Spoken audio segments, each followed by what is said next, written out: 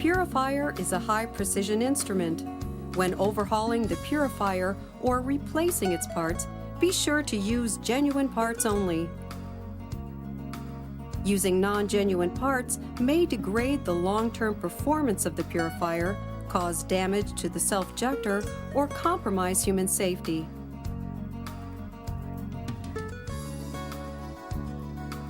Genuine Mitsubishi vertical shaft and horizontal shaft parts are stamped using a laser marker with the Mitsubishi logo, model number, and part number. This video presentation explains how to maintain and overhaul the bowl opening and closing mechanism and other machinery of the Mitsubishi Selfjector G series, and how to assemble and disassemble the Selfjector's vertical shaft, upper bearing housing, horizontal shaft, and gear pump. Before starting the assembly and disassembly processes, read the user's manual carefully, including inspection points and inspection methods, so that you can perform all procedures reliably and efficiently. Before starting disassembly, use a safety joint or motor fan to make sure that all equipment is completely stopped. Perform disassembly in the following order. First, remove the sludge cover, then release the horizontal shaft, and then release the vertical shaft.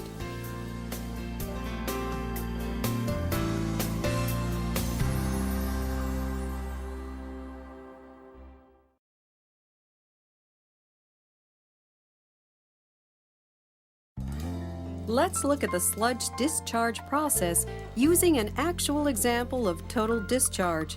In this example, all of the sludge inside the bowl is discharged from the sludge discharge holes. In automatic operation, at preset sludge discharge intervals, the supply of dirty oil is stopped and the replacement water is supplied to the separation chamber, thus collecting the oil in the bowl. Next, operating water is supplied to the water pressure room. Once the chamber is filled, centrifugal force is applied to generate hydraulic pressure in the operating water. When this hydraulic pressure exceeds the centrifugal force in the hydraulic valve, the pilot valves move inward. As you can see, the operating water in the valve opening chamber is then discharged from the bowl. When the operating water in the valve opening chamber is discharged, the hydraulic pressure inside the separation chamber causes the valve cylinder to slide downward. The dropping of the valve cylinder causes the sludge discharge outlet to open, and all sludge and liquids are immediately discharged from the separation chamber. When discharge ends, the supply of valve opening water stops. All of the valve opening water is released through the drain nozzles. With the hydraulic pressure from the valve opening water removed, the pilot valves once again move outside. The supply of the valve opening water, which had been stopped during sludge discharge, is now resumed. When the bowl is filled with the valve opening water, hydraulic pressure is generated, pushing the valve cylinder upward to shut the discharge outlet. Sealing water is supplied into the separation chamber, and dirty oil operation begins.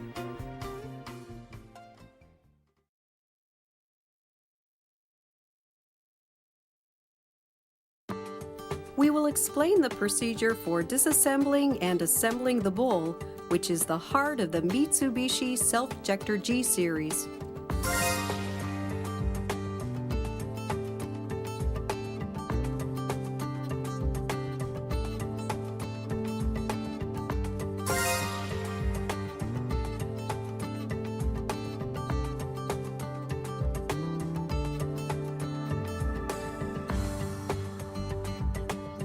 Disconnect the connecting pipes. Your connecting pipes may be different depending on supplier specifications. Remove the plug to release the oil from the piping. Using a hook snapper, remove the cap nuts from the dirty oil inlet, heavy liquid water inlet, and light liquid outlet pipes.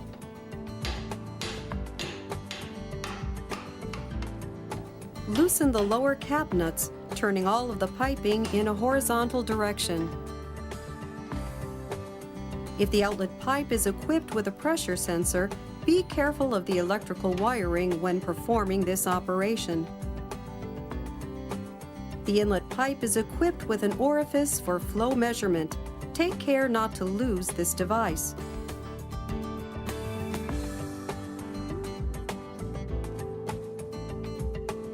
Loosen and remove the cover nuts using a wrench.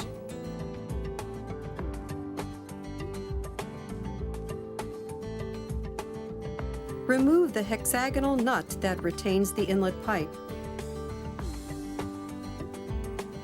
Loosen the socket set screws in the upper hood.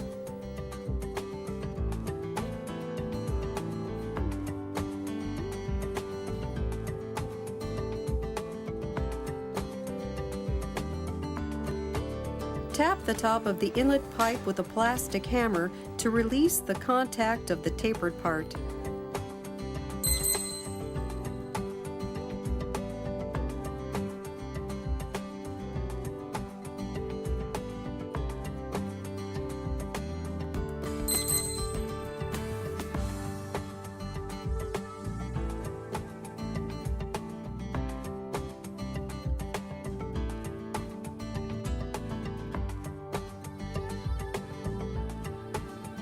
Loosen the socket cap screw fastened to the sludge cover, mount the lifting jack onto the thread of the upper hood, and slowly lift the sludge cover using the chain block.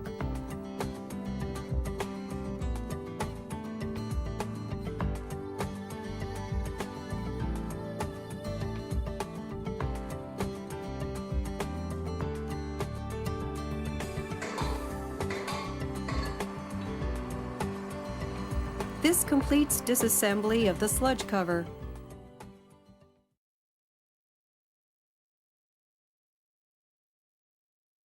To disassemble the bowl, use the following procedure. Loosen the disc nuts using the disc nut handle.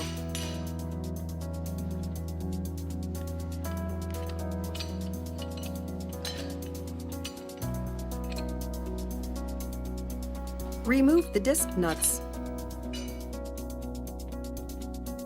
Remove the heavy liquid chamber, followed by the heavy liquid impeller, Teflon packing, and gravity disc. At this point, you may wish to replace the gravity disc. Remove the light liquid chamber using the light liquid chamber handle.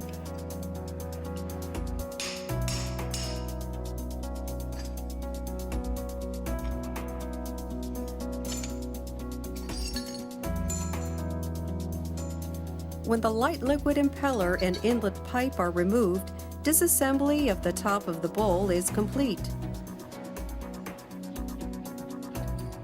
Remove the bowl.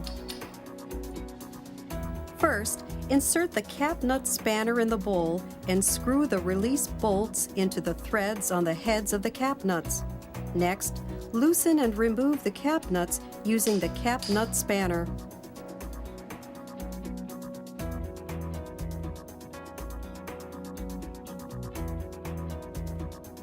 Mount the bowl lifting jack onto the guide tubes on the thread. Tighten the bowl lifting jack. The bowl will separate from the vertical shaft and float up. The reason for releasing and disassembling the bowl is to prevent the application of excessive force on the bearings of fast-rotating equipment.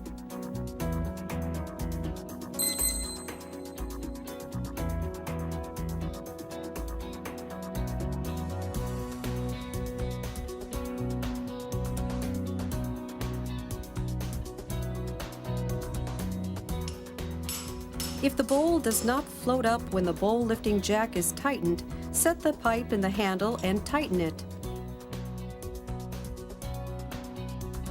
This jacking effect causes the bowl to float up.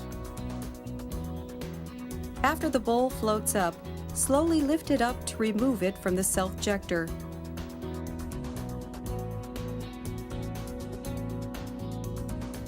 After removing the bowl from the self-jector, place it on the disassembly stand. Be sure to align the 4 pins on the disassembly stand with the grooves on the bottom of the bowl.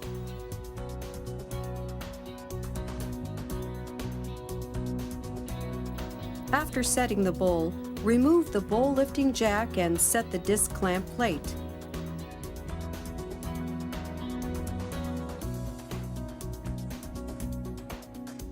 Screw the push bolts of the disc clamp plate into the guide tubes and firmly tighten the hexagonal nuts with a hammer, like this. This procedure is important. Its purpose is to dampen the springing effect in the disc mounted on the bowl to protect the thread of the bowl nuts and make it easier to release the bowl nut.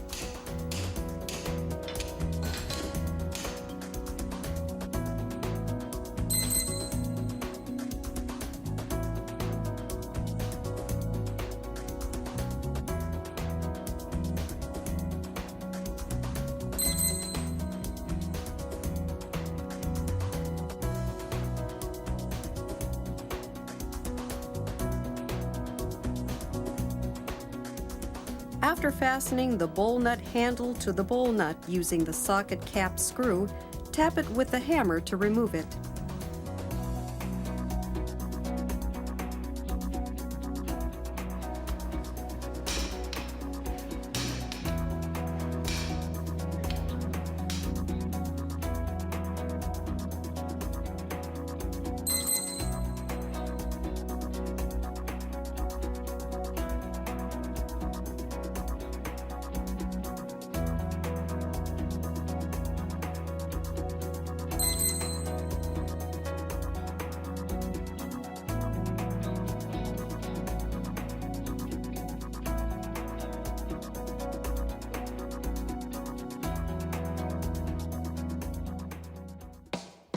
Remove the bowl nut.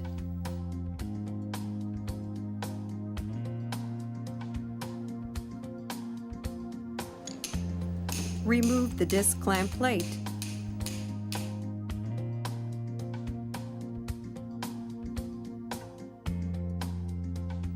Set the patch on the distributor, then set the push bolt, handle, bowl head jack, and disc nut.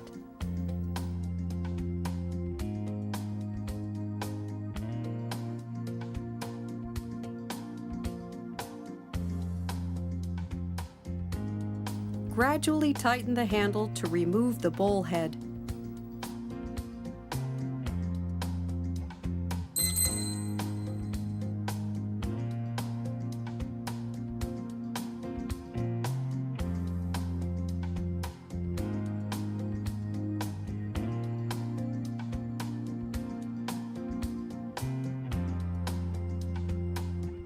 The bottom of the bowl head is fitted with the main seal ring. Be careful not to damage the seal.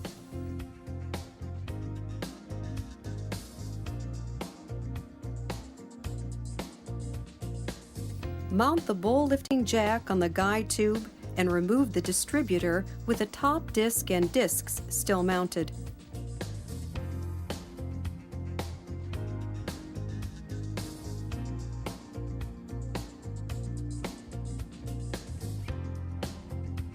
Remove the bowl lifting jack and remove the top disc and discs from the distributor.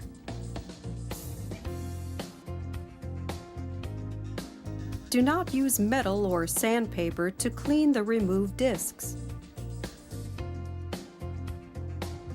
Scratches on the surface can cause sludge to accumulate on the surface more quickly.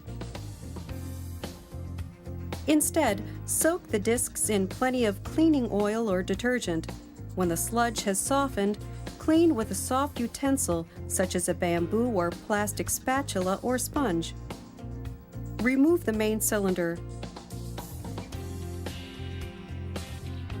Set the push bolt and handle onto the bowl head jack.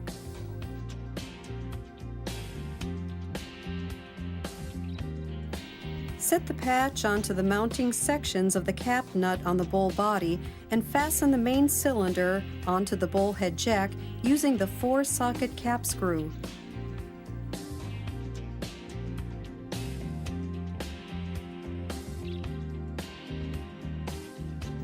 The main cylinder can be easily removed by screwing it in while loosening the push bolt handle.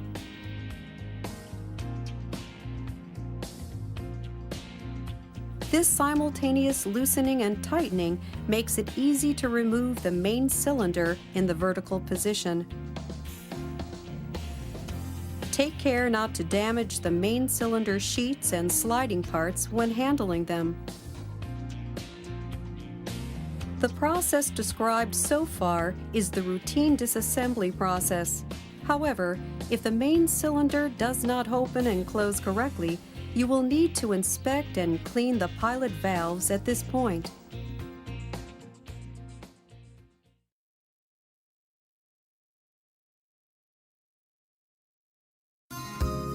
This is the procedure for disassembling the pilot valves. First, we will describe how to remove the 2 pilot valves from the sides of the bowl body. Remove the valve nut using a hexagonal wrench.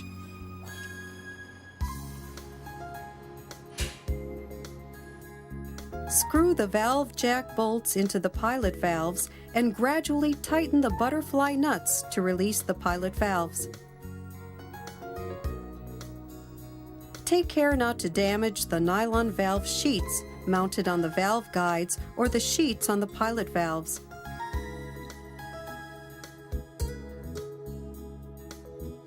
After removing the valve jacks, remove the pilot valves and valve sheets from the valve guides.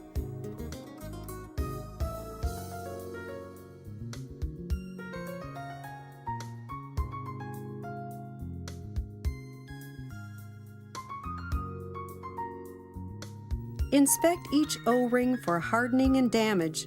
Clean and, if necessary, replace the O-rings.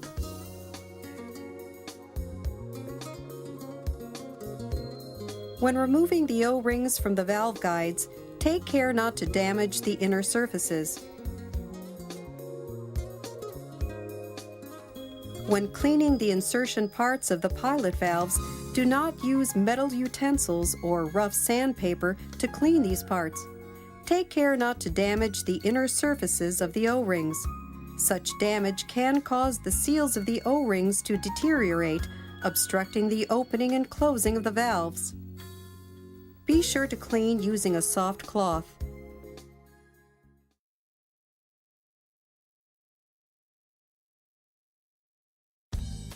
This is the procedure for cleaning the main seal ring. Heat the tip of the packing remover and melt off the packing like this. Take care not to damage the main seal ring grooves.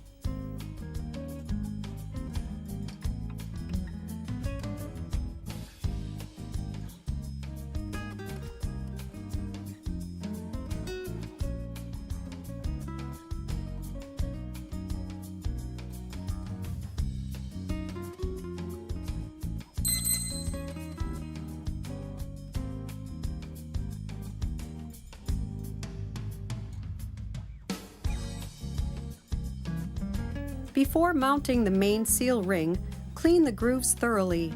Align the main seal ring with the grooves and gently insert it into the grooves. Use a wooden panel or the like to ensure that the main seal ring is fully driven in and mounted.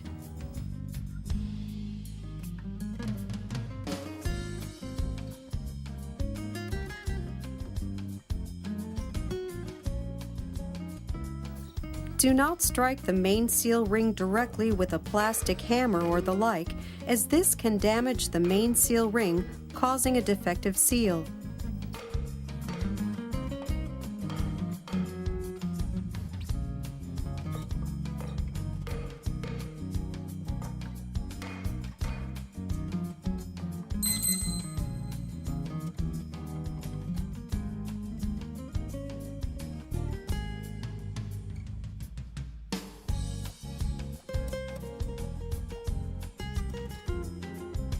This completes the mounting of the main seal ring. Disassembly of the bowl is now complete, except for the drain nozzles.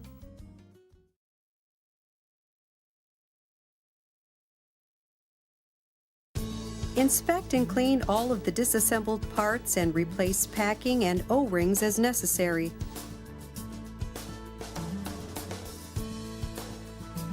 When you have finished cleaning, inspecting, and replacing parts, assemble the bowl.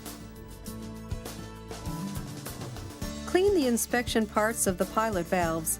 Lubricate the insertion parts and O-rings of the pilot valves and insert them while lightly pressing on the pilot valves.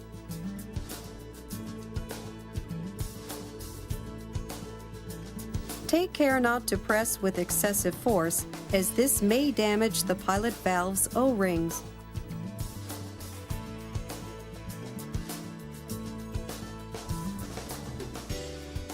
Tighten the valve nuts firmly.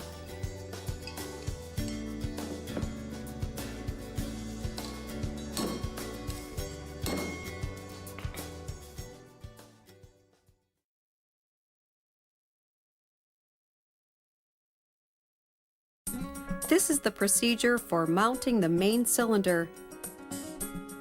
Lubricate the O-rings and mount them on the main cylinder so that they cannot twist.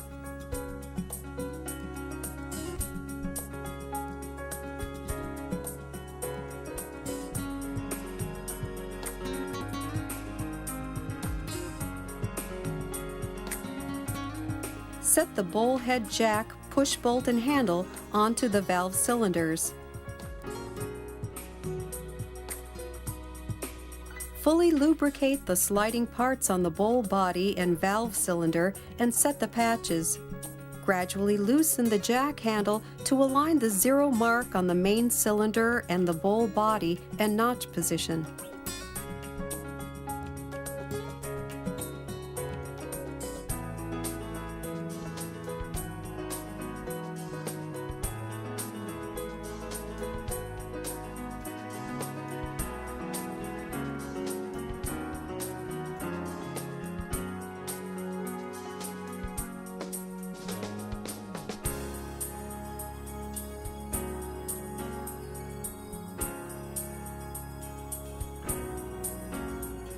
Remove the bowl head jack and patch. Finally, turn the cylinder and confirm that mounting is complete. Mount the distributor to the disc. There are two types of discs. We will start with a large diameter disc. Parts may be mounted on the distributor in any order. Align the parts with the keys on the distributor and press firmly to mount them.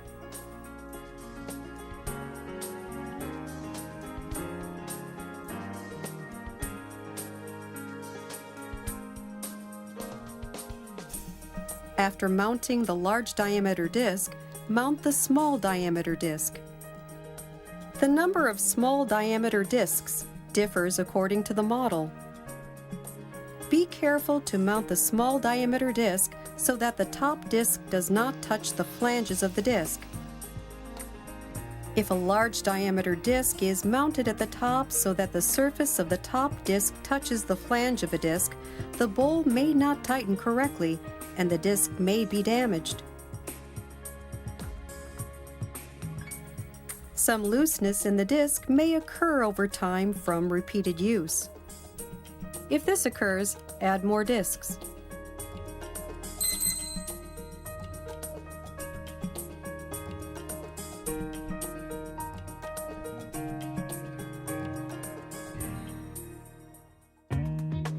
Screw the bowl lifting jack into the distributor and mount it on the bowl body.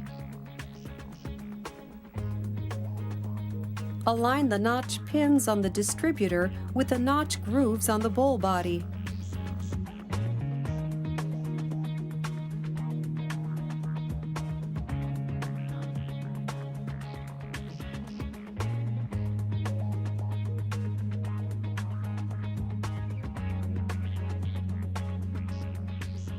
Remove the bowl lifting jack.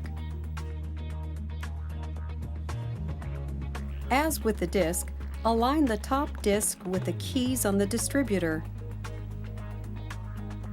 Check that the O-ring is installed on the top disc.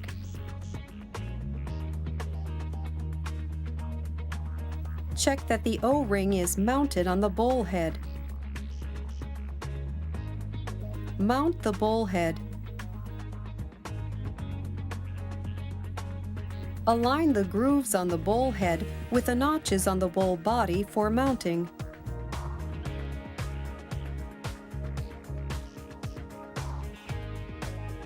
The zero mark of each notch position is indicated above the notch.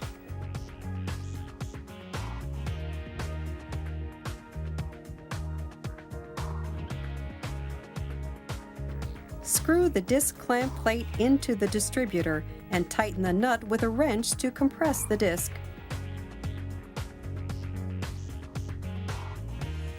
Compressing the disc is an important procedure. Its purpose is to dampen the springing effect in the disc mounted on the bowl to protect the thread of the bowl nut and make it easier to tighten the bowl nut.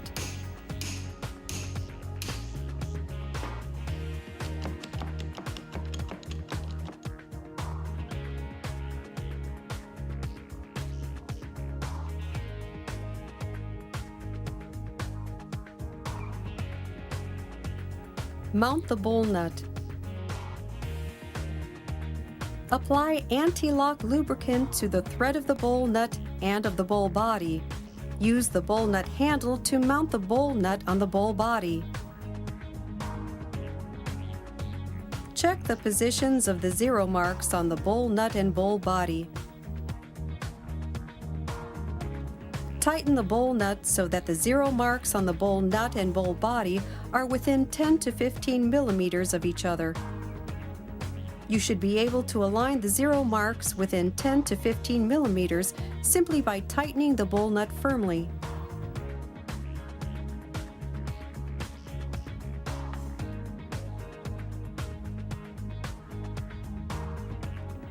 With the zero marks within 10 to 15 millimeters of each other, fasten the bolts to the bowl nut handle and align the zero marks completely using a hammer.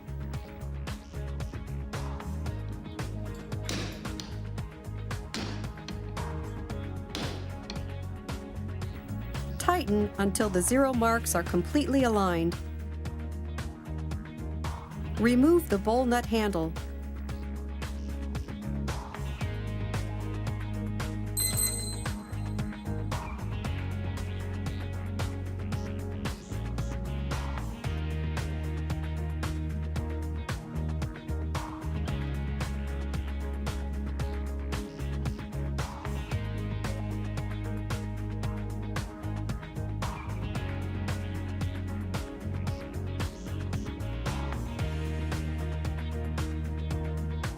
This completes the assembly of the bowl.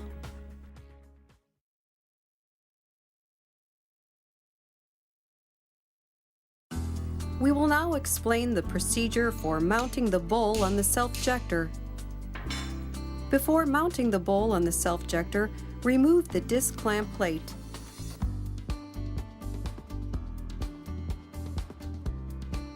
Set the bowl lifting jack on top of the bowl head and lift.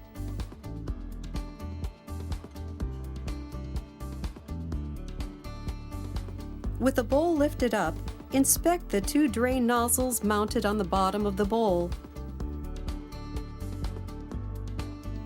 The slits on the drain nozzles are 0.9 millimeters wide on the small and medium-sized models and 1.1 millimeter wide on the large models. Remove the drain nozzles and check for clogging.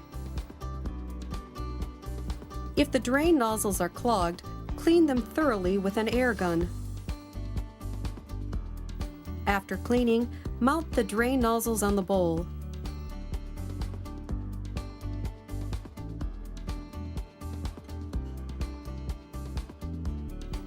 Place the bowl on the Selfjector. Before mounting the bowl, apply lubricant to the O-rings of the water supply device. Set the Selfjector bushing on the vertical shaft. Slowly lower the bowl to mount it firmly on the vertical shaft.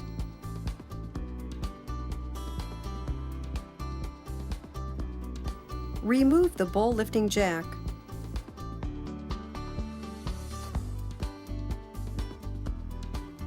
Be sure to mount the cap nut to fasten the bowl firmly to the vertical shaft.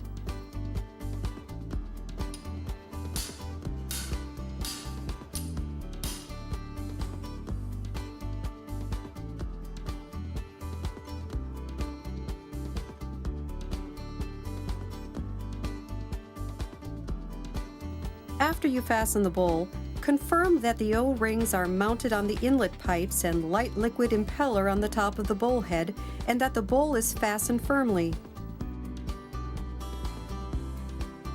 At this point, apply lubricant to the O-rings to ensure smooth assembly. Firmly fasten the light liquid chamber to the threads of the top disc using the light liquid chamber handle. At this point, check that the light liquid chamber is firmly tightened by confirming that the zero marks on the light liquid chamber and bowl head are aligned.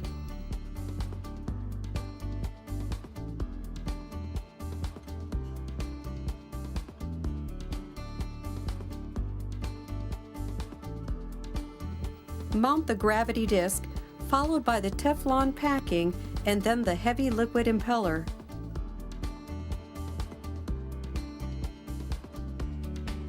Mount the heavy liquid chamber.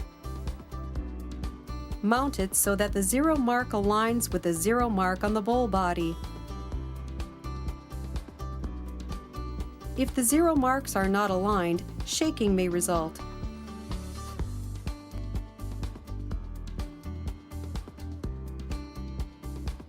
Be sure to apply anti-lock lubricant to the thread of the disc nut and bowl before mounting the disc nut.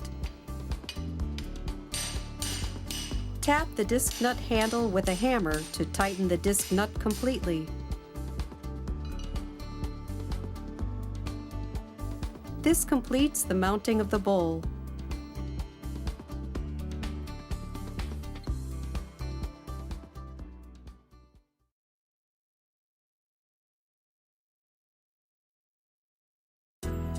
We will now explain the procedure for mounting the sludge cover. Check that the O-rings are mounted on the sludge cover and mount the sludge cover using the lifting jack. 2 O-rings are mounted inside the sludge cover. When mounting the sludge cover, slowly lower it vertically to prevent damaging the O-rings. Mount the 4 socket cap screws.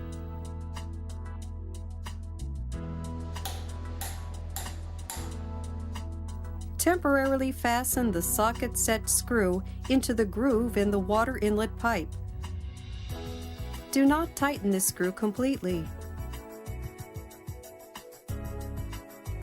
Mount the nut on the inlet pipes.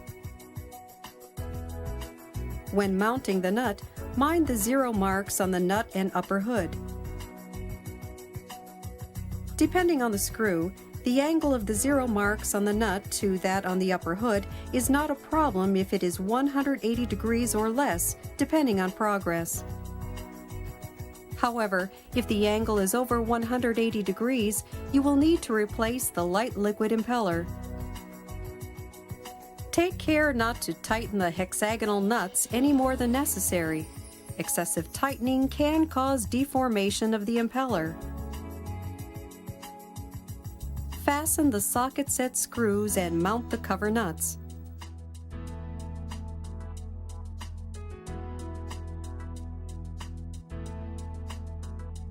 Check that the orifice for regulating flow in the inlet pipe is mounted.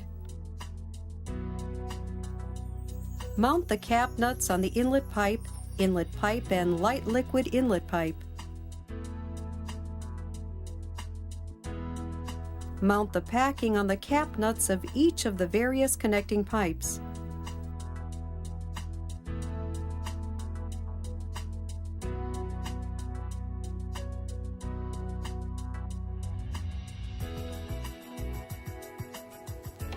Tighten the connecting pipes firmly using a hook spanner.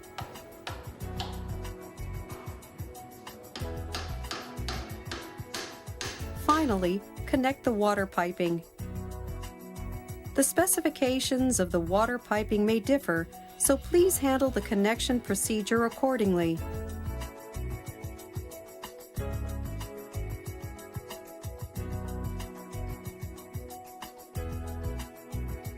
This completes all assembly processes. Assembly of your Mitsubishi Selfjector G Series is complete.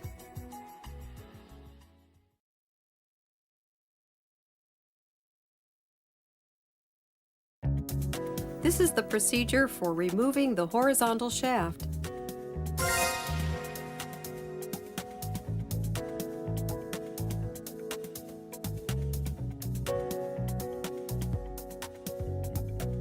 Remove the drain plug and release the lubricant from inside the gear case. Remove the gear case cover.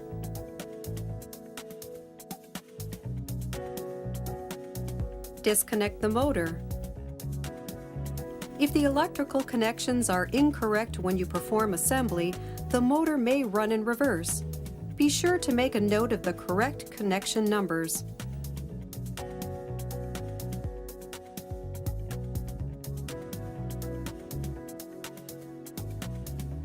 Set the chain block on the motor and remove the 4 bolts to remove the motor.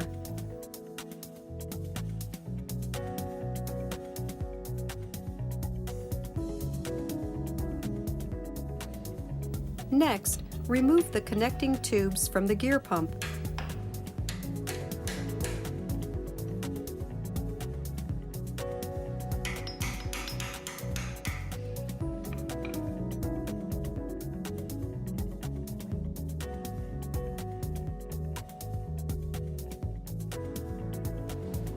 Using a hexagonal rod spanner, remove the 4 bolts that fasten the gear pump to loosen and remove the gear pump.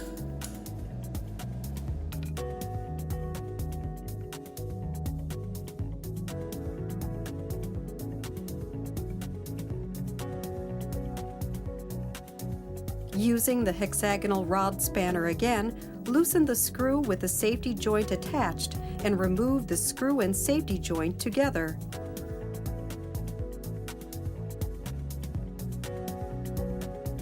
Remove the 2 bolts fastening the bearing retainer.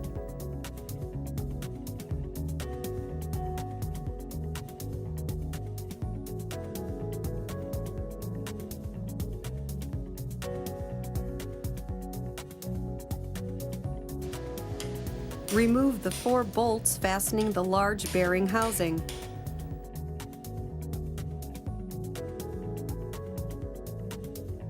Screw the push bolts into the 2 push bolt grooves on the large bearing housing.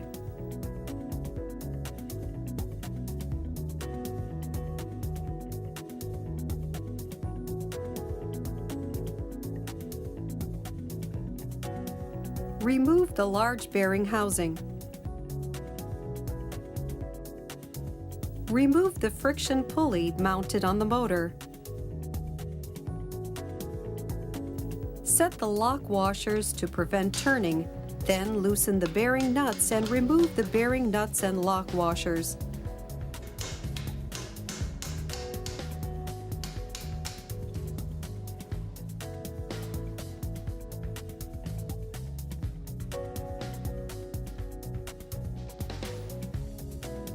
Set the disassembly jack, push bolts and hexagonal bolts in the friction pulley and shut the handle.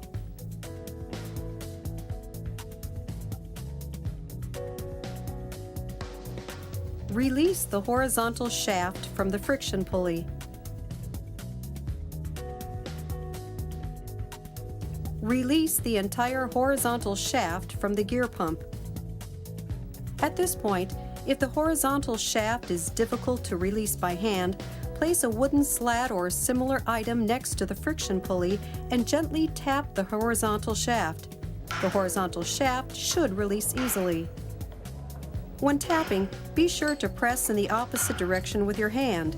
If the horizontal shaft drops onto the spiral gear, damage may occur. This completes the release of the horizontal shaft.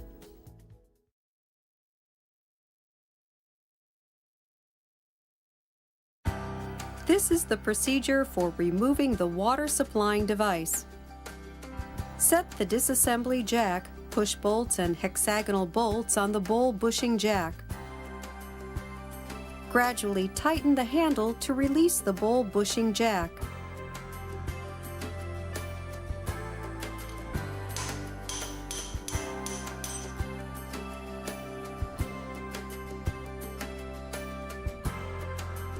Remove the cap nuts from the operating water inlet pipe of the water supplying device. The water supplying device is essential equipment to ensure that the main cylinder operates correctly. If the water slits become occluded with fur, the required operating water may not be supplied to the hydraulic chambers in the bowl, causing failures in emission and closing pressure. Occurrence of dirt in the water supplying device varies according to the quality of the water. Inspect and clean the water supplying device before fur can form. If the slits become clogged because fur forms on the water supplying device, clean the operating water line with a straightener. If operating water is supplied to the tank, clean the tank as well. Tighten the socket set screw on the chamber cover and remove the 3 socket cap screws fastened to the operating water disc.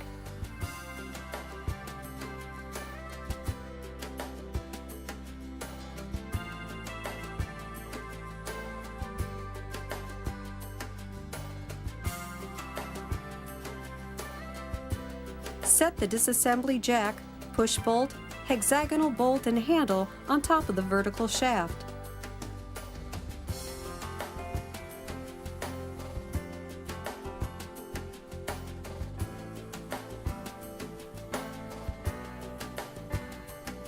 Tighten the handle to remove the water supplying device.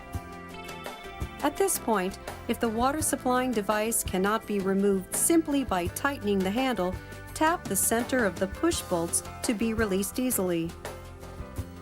This completes the release of the water supplying device.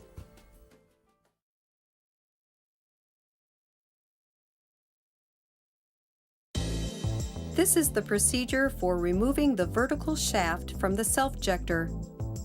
Remove upper bearing cap 1.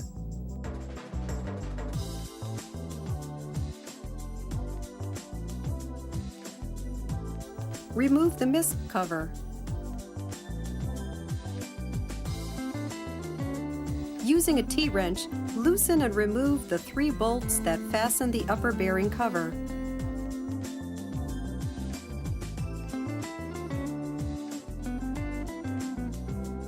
Remove in order the upper bearing cover, upper bearing cap 2, panel springs, spacers.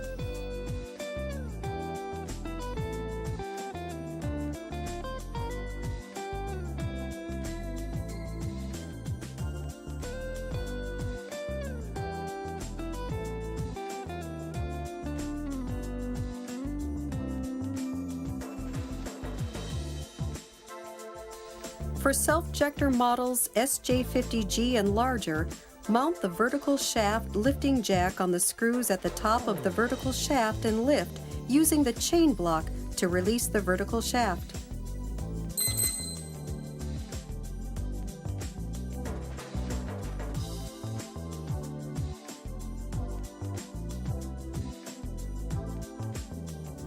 Remove the upper bearing housing.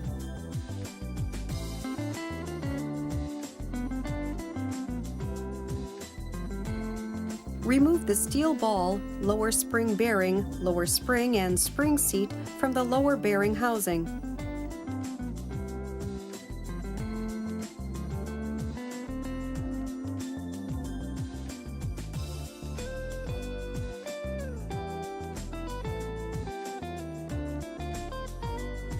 This completes the release of each part of the self-jector.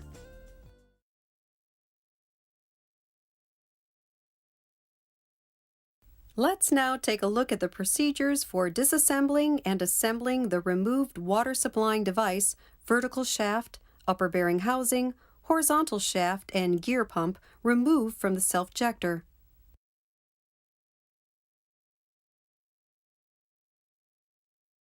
This is the procedure for disassembling the water supplying device. Raise the claws of the tongued washers on the 4 bolts that fasten the chamber cover. Next, loosen the 4 bolts and remove them along with the tongued washers. Remove the chamber cover.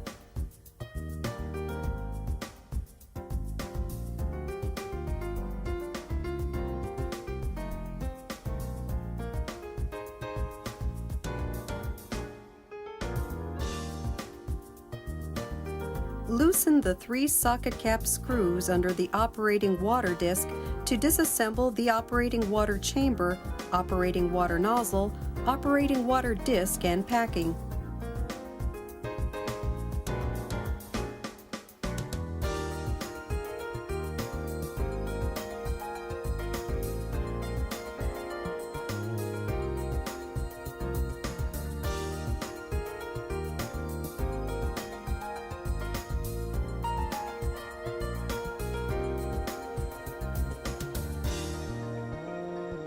This completes the disassembly of the water supplying device.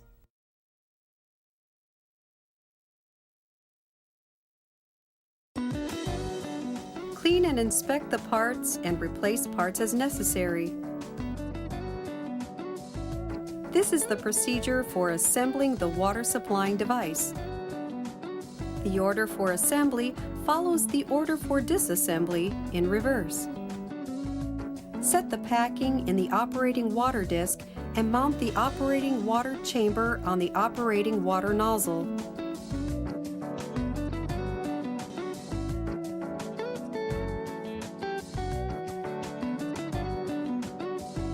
The bolt holes on the operating water nozzle, packing, and operating water disc are arranged in an isosceles triangle. Align the parts correctly with the bolt holes before mounting the parts.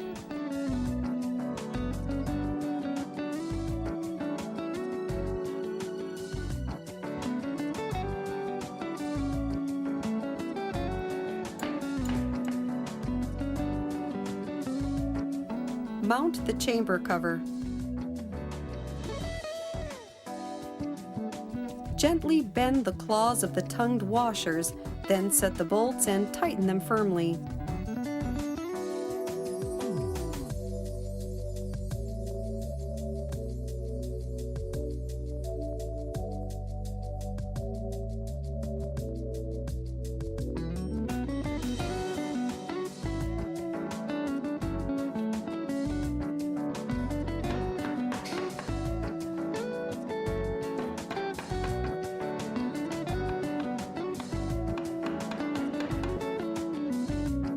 This completes the assembly of the water supplying device.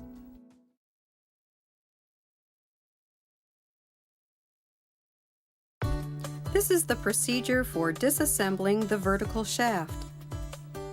Fasten the vertical shaft in a vise. Screw the push bolts into the bolt holes on the angular bearing case to remove the angular bearing case.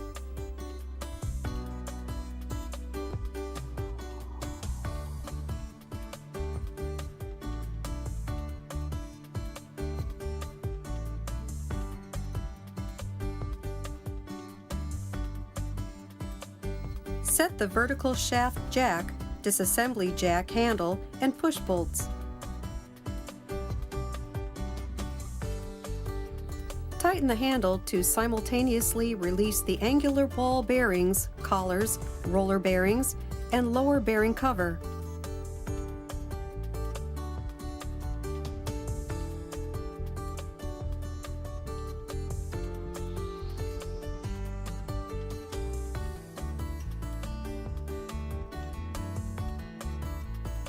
Remove the outer rims of the roller bearings while still mounted on the lower bearing case using a chisel.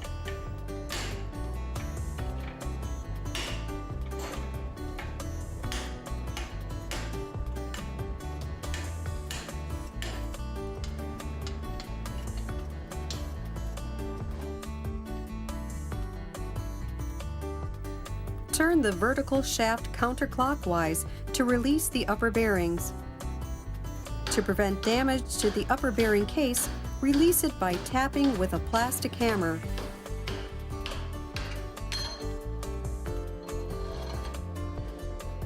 While raising the washers, loosen the bearing nuts using a hook spanner and remove the bearing nuts and washers.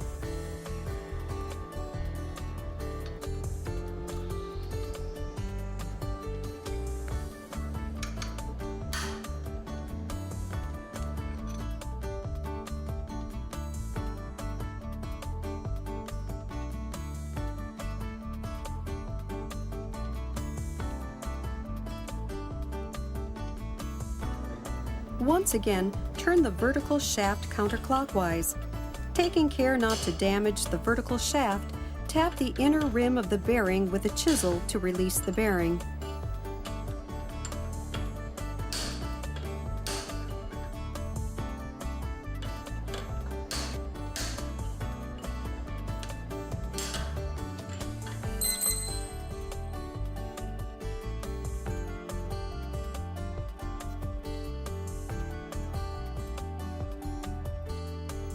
This completes the disassembly of the vertical shaft.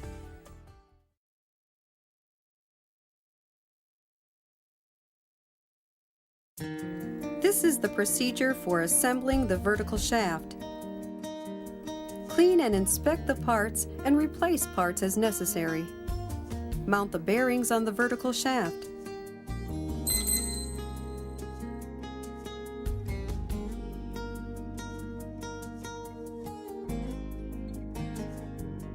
Before setting the outer rims of the roller bearings, push the lower bearing case in, like this.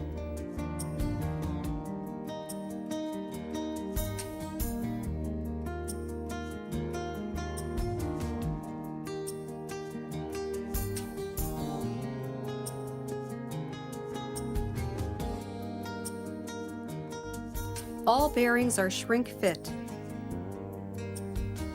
At this point, heat the bearings of the horizontal shaft as well.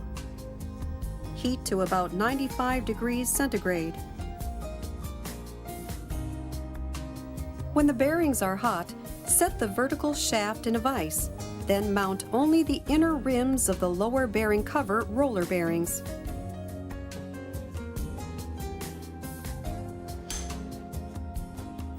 If the bearings do not insert smoothly, tap them with a chisel.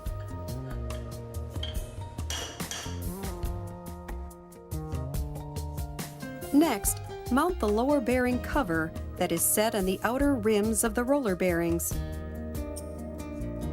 Insert the collars and mount the angular ball bearings.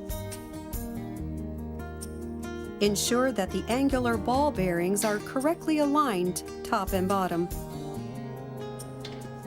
If the bearings do not insert smoothly, tap them with a chisel.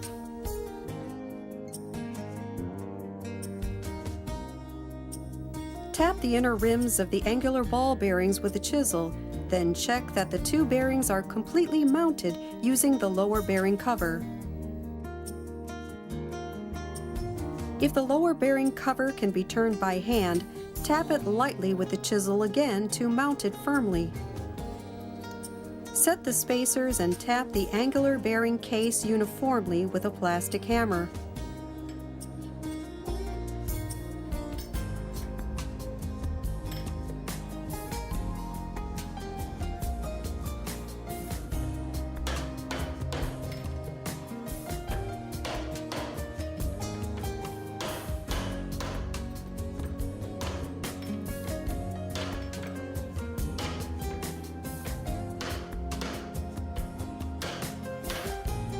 At this point, firmly align the angular bearing case with the key in the lower bearing case.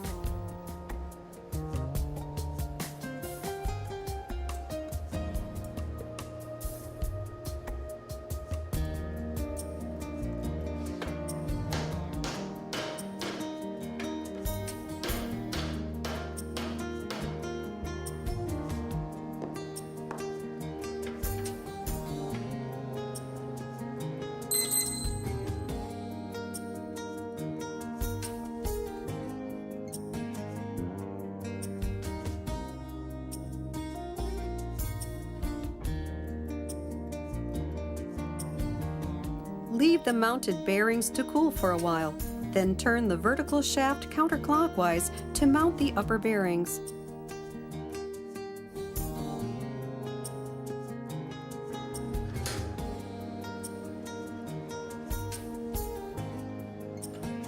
When the bearings have completely cooled, lightly tap the inner rims of the bearings to confirm that they are mounted completely.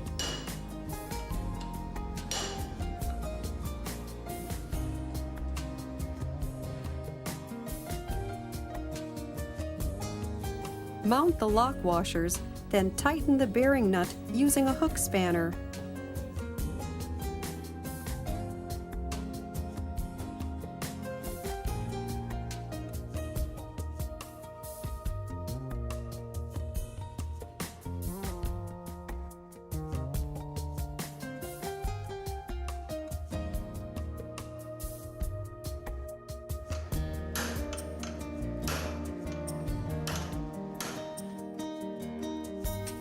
Set the claws of the lock washers in the position for the bearing nuts and bend the claws.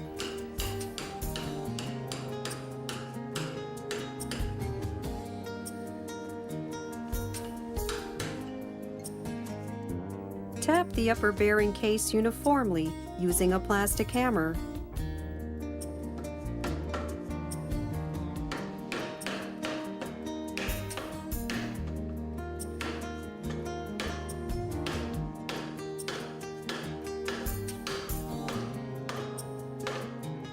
This completes the assembly of the vertical shaft.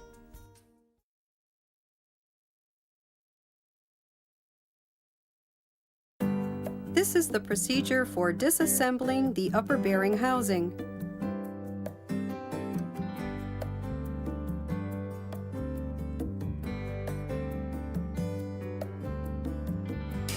Loosen the 6 spring retainers.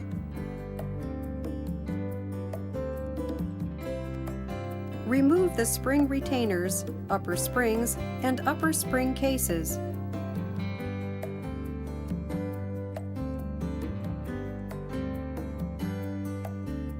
Finally, remove the upper bearing sleeve.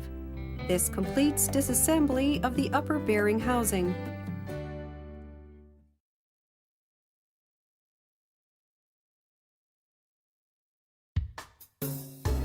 Clean and inspect the parts and replace parts as necessary. In particular, inspect the dimensions of the upper springs and check for corrosion. This is the procedure for assembling the upper bearing housing. Replace parts as necessary. If you find any abnormalities in the upper springs, replace all 6 of them together. Mount the upper spring cases, followed by the upper springs, then the upper spring retainers, and tighten them uniformly.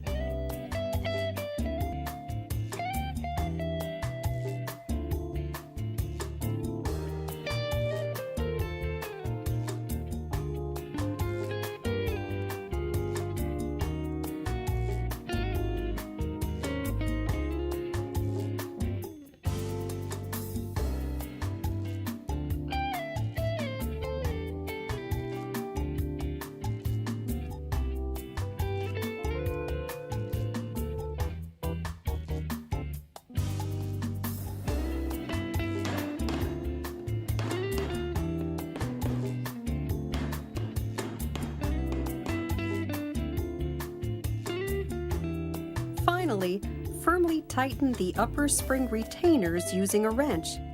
This completes the assembly of the upper bearing housing.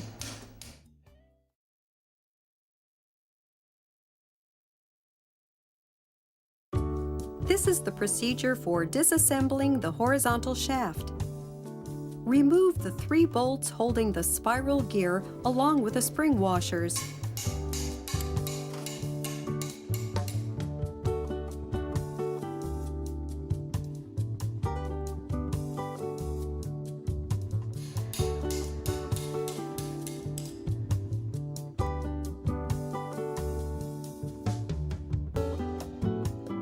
Remove the spiral gear by tapping it with a plastic hammer, like this.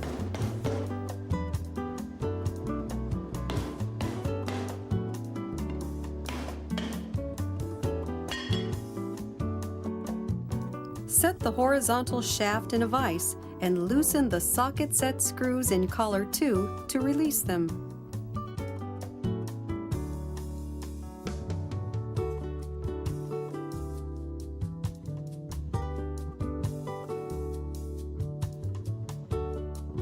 Set the bearing jack, disassembly jack, hexagonal bolt, push bolts, and handle to release the bearings.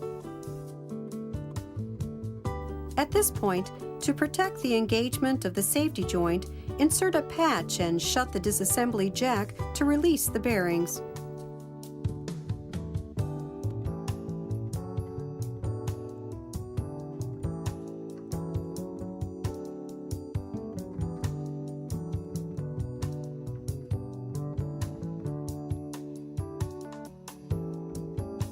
Remove the bearing retainer. Turn the horizontal shaft counterclockwise and remove the key from the friction pulley.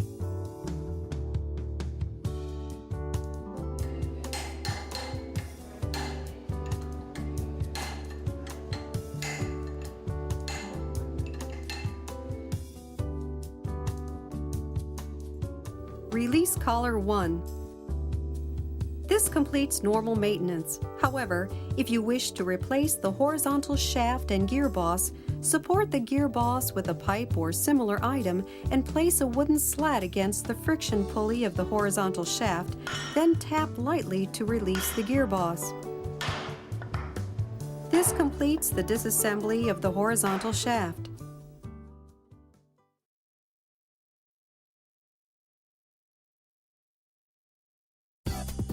Clean and inspect the parts, and replace parts as necessary. This is the procedure for assembling the horizontal shaft. Mount the gear boss on the horizontal shaft. Set the gear boss under the mounting part of the spiral gear like this, and set the pipe. Apply lubricant to the engagement part of the horizontal shaft and align with the key, then tap the horizontal shaft from the pump side. As when releasing the horizontal shaft, be sure to use a wooden slat.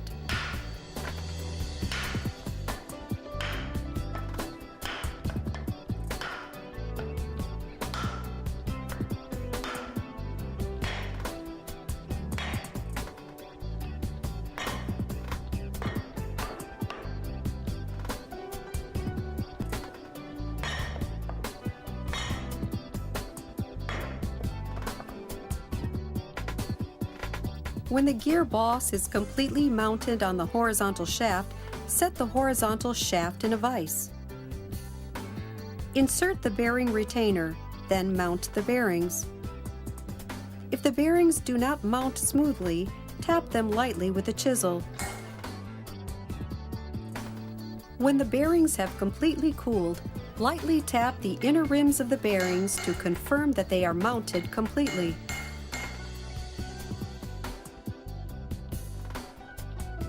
Mount collar 2.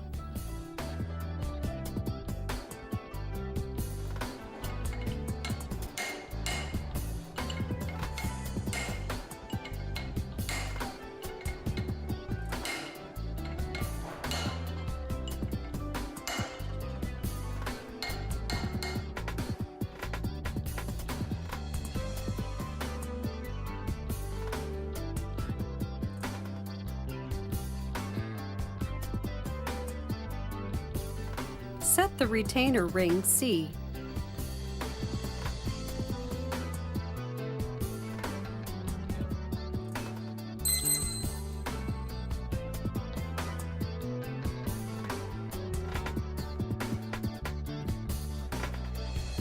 Turn the horizontal shaft counterclockwise and confirm that the bearings are completely mounted. Mount the bearings. If the bearings do not mount smoothly, tap them lightly with a chisel.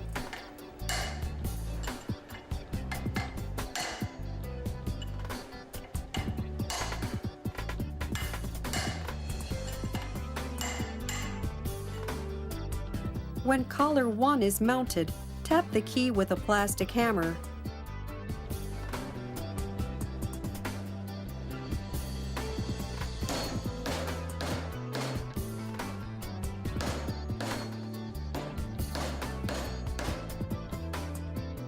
Align the spiral gear with the gear boss of the bolt hole and tap it in evenly with a plastic hammer.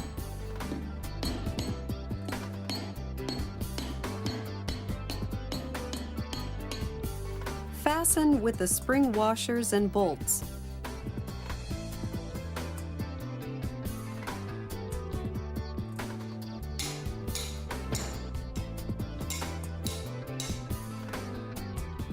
After the key is mounted, check the engagement with the friction pulley.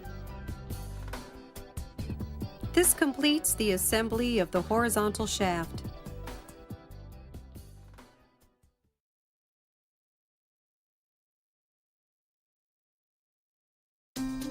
This is the procedure for disassembling the gear pump.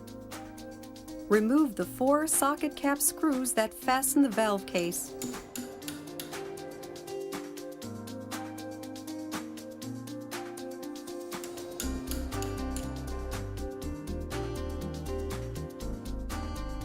Remove the valve case by lightly tapping it with a hammer.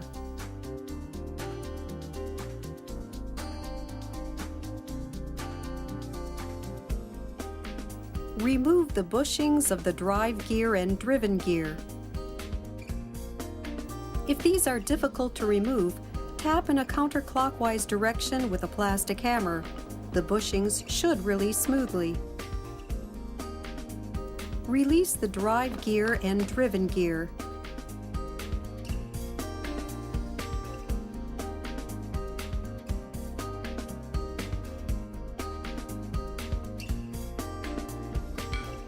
Remove the gear bushing from the pump housing. If the gear bushings remain mounted on the shafts of the drive gear and driven gear, they may fall off the shaft.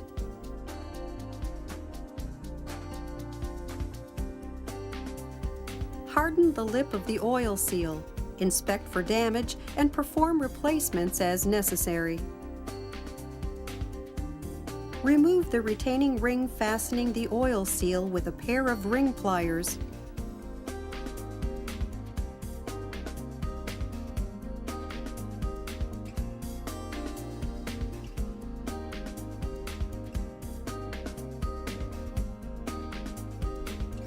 From the insertion part of the gear bushing, strike the oil seal with a screwdriver to remove it. When doing this, be careful not to damage the insertion part of the bushing.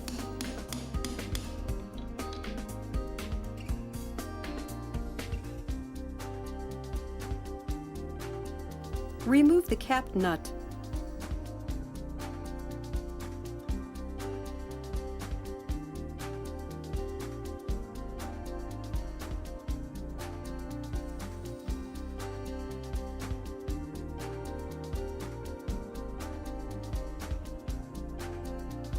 If the adjusting screw needs to be removed, be sure to check the position of the adjusting screw before disassembly. Remove the nut, then the adjusting screw.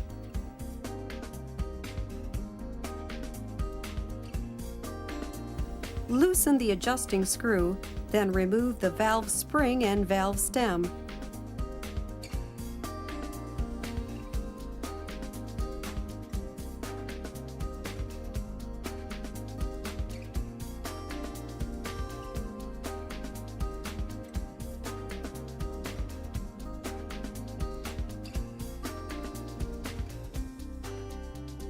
This completes the disassembly of the gear pump.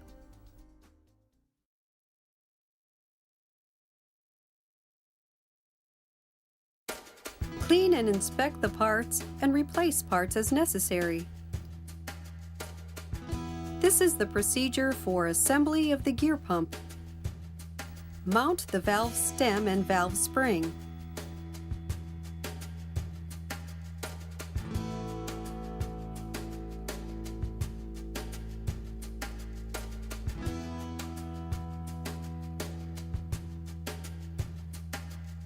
When the adjusting screw is disassembled, be sure to place the adjusting screw at its position before disassembly.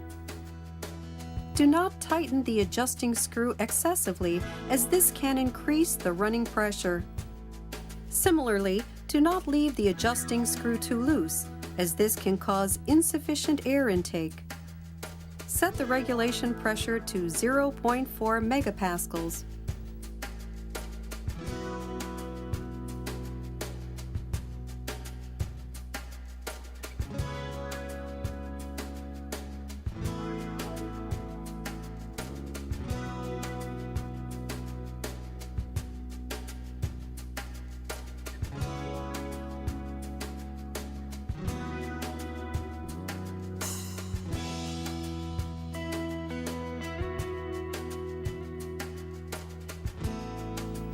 Mount the oil seal using a patch and chisel.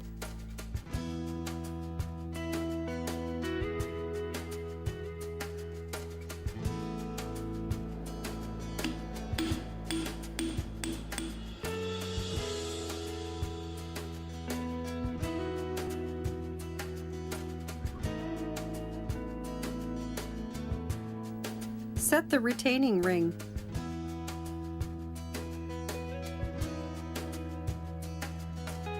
Mount the gear bushing on the pump housing. Apply lubricant on the insertion part of the gear bushing. At this point, mount the bushing with the oil grooves on the edge surface facing up.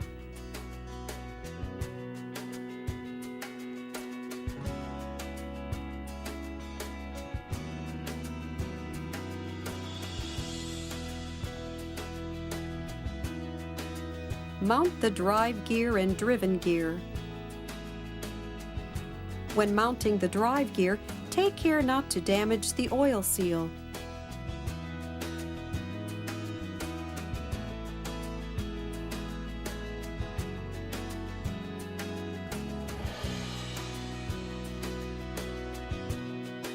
Mount the bushing on the pump housing.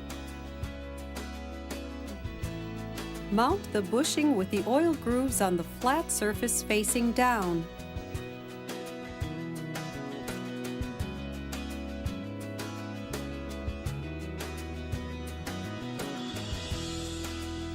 Mount the O-ring on the pump housing and mount the pump housing.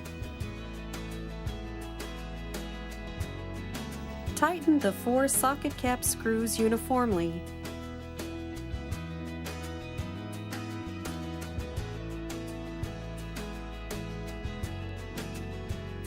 Finally, check by hand that the drive gear turns. This completes the assembly of the gear pump.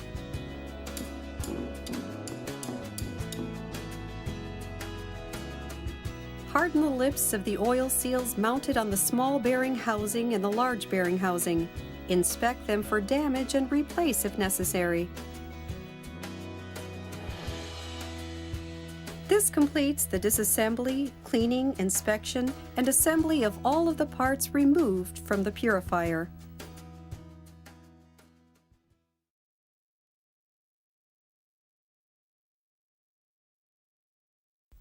We will now explain the procedure for mounting each part on the Selfjector.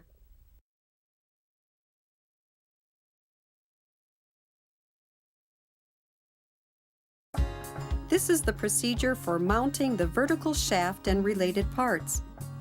The vertical shaft must be mounted before the horizontal shaft.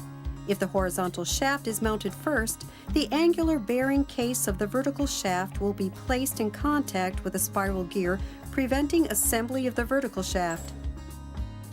Mount the lower spring. Set the steel ball on the spring seat to mount it.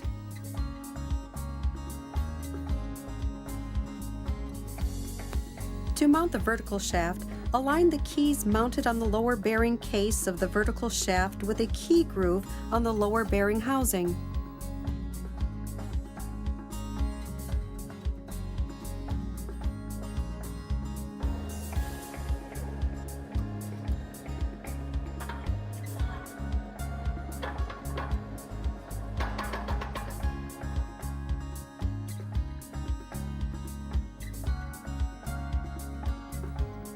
With the vertical shaft free, mount the horizontal shaft.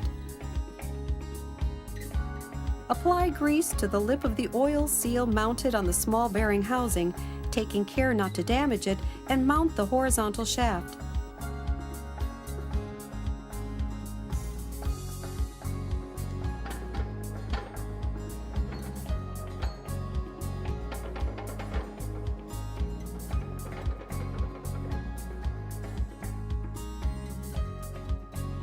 Align the keys of the upper bearing case with the key grooves on the upper bearing sleeve to mount the horizontal shaft.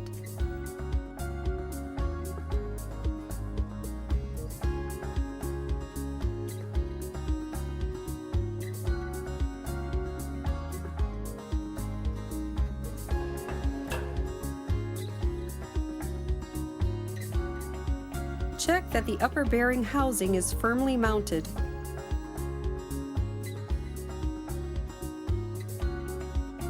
Mount spacers on the upper bearing case, then mount the upper bearing case, taking care to align the flat springs correctly top and bottom.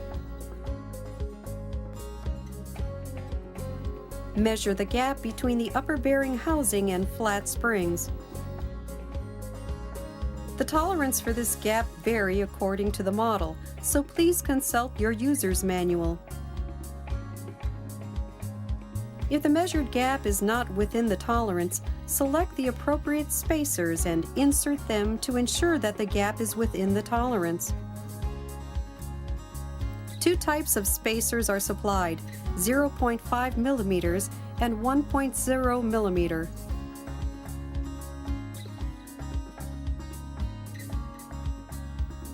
Check that the gap between the upper bearing housing and flat spring is within the tolerance, then temporarily remove the upper bearing housing and set the O-ring. Apply grease to the O-ring groove before setting the O-ring. This prevents the O-ring from falling out.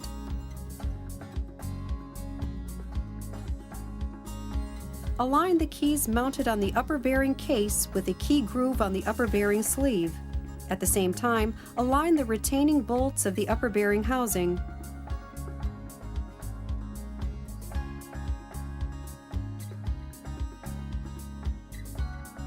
Insert spacers on the upper bearing case to the appropriate thickness, then set the flat spring.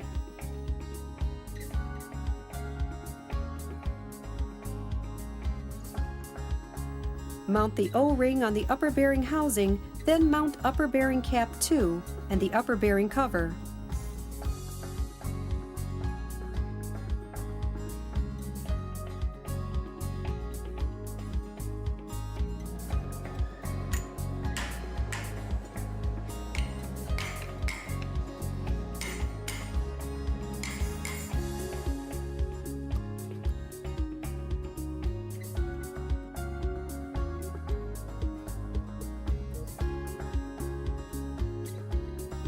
Tighten the 3 bolts uniformly to fasten.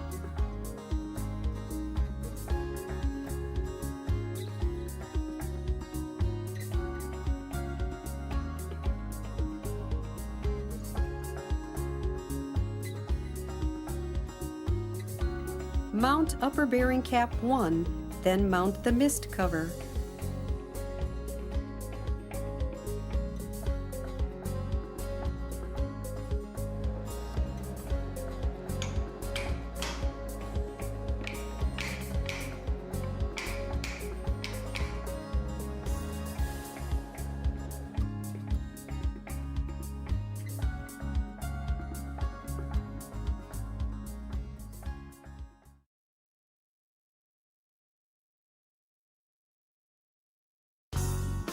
This is the procedure for mounting the water supplying device. Mount the vertical shaft on the water supplying device.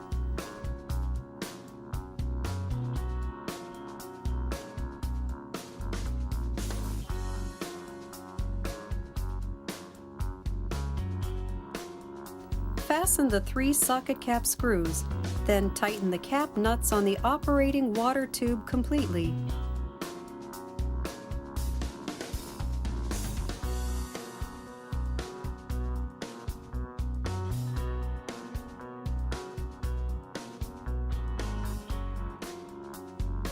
Check that the water supplying device is set firmly. Then tighten the socket set screws on the chamber cover to fasten them to the vertical shaft. This completes the assembly of the vertical shaft system.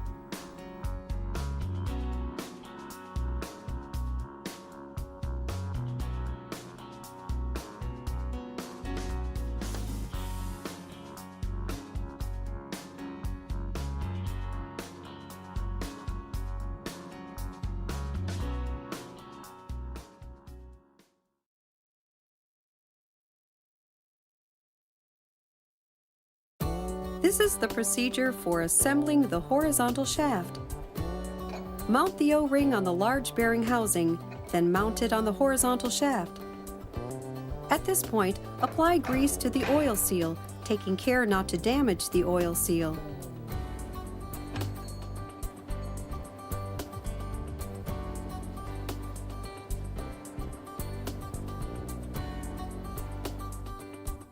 Tighten the retaining bolts on the large bearing housing. Align the bolt holes on the large bearing housing with the bearing retainer and tighten. Mount the large bearing housing and small bearing housing with the oil grooves facing down.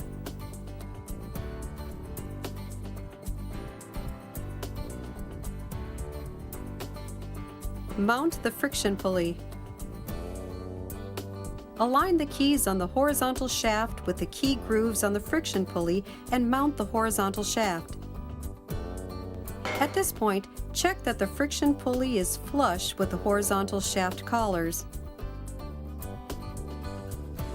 Mount the lock washer and lock nut, then turn the lock washer to fasten it.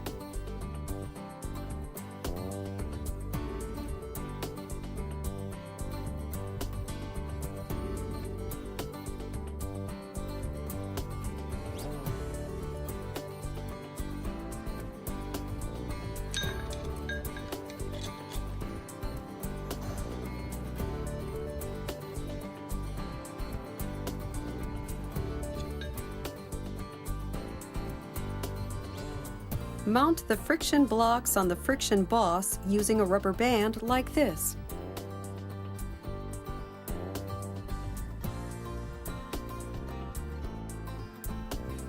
The number of friction blocks used varies according to the model and the frequency. Mount the appropriate number of friction blocks.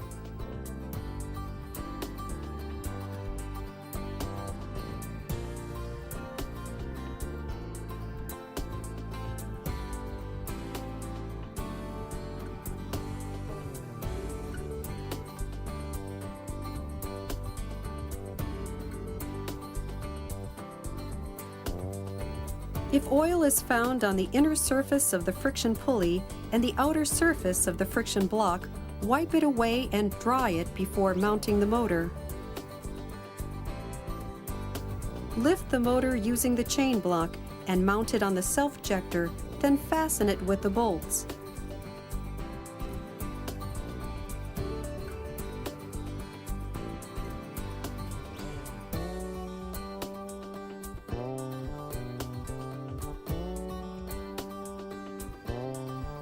Reconnect the motor, referring to the notes you took earlier.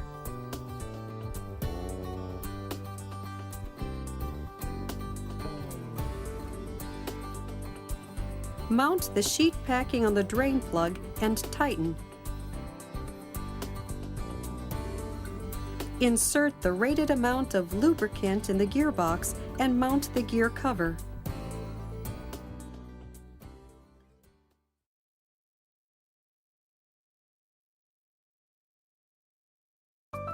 This is the procedure for mounting the gear pump.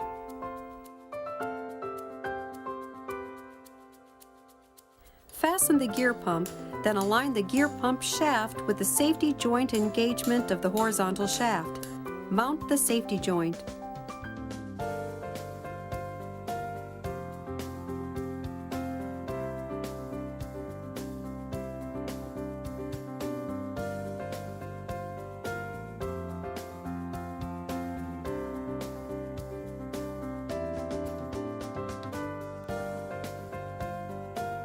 Connect the connecting tubes.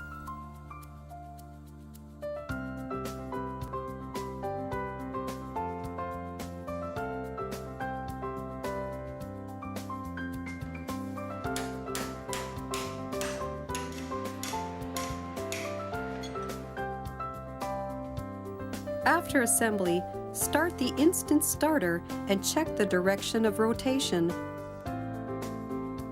This completes the assembly of the entire Mitsubishi Selfjector G series.